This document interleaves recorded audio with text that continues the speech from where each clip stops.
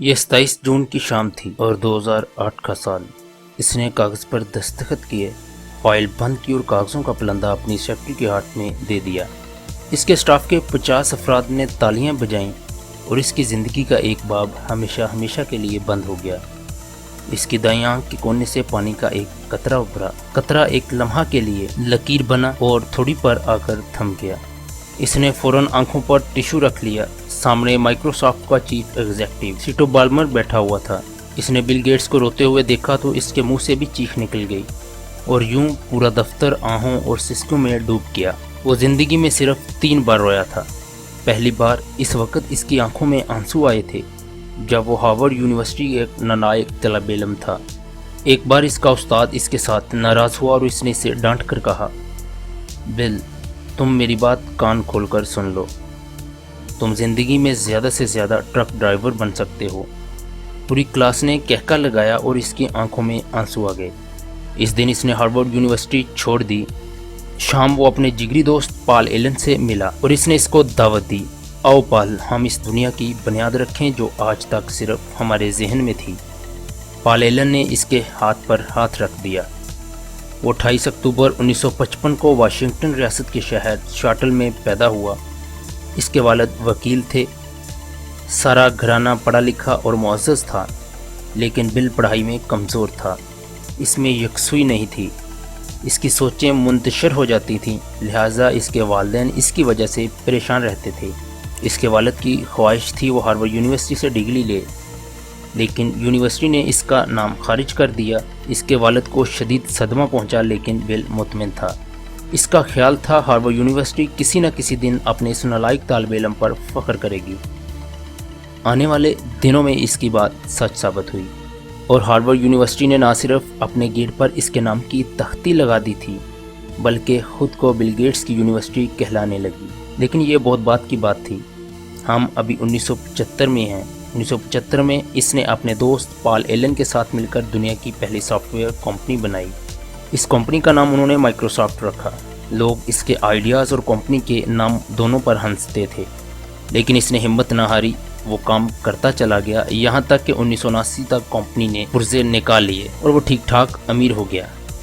لیکن ابھی وہ اس کامیابی سے دور تھا جو بچپن سے اس کے ذہن پر دستک دیتی آ رہی تھی۔ 1980 میں سٹیو بالمر نے کمپنی جوائن کی اور اس کے بعد دیکھتے ہی دیکھتے مائکروسافٹ واشنگٹن ریاست کی سب سے بڑی کمپنی بن گئی اور اس پر دولت بارش کی طرح برسنے لگی، یہاں تک کہ 1994 میں وہ صرف 39 برس میں دنیا کا امیر ترین شخص بن گیا۔ وہ اتنا مشہور ہو گیا کہ امریکی صدر یہ اعلان کرنے پر مجبور ہو گیا، دی آرڈینیشن آف بل گیٹس۔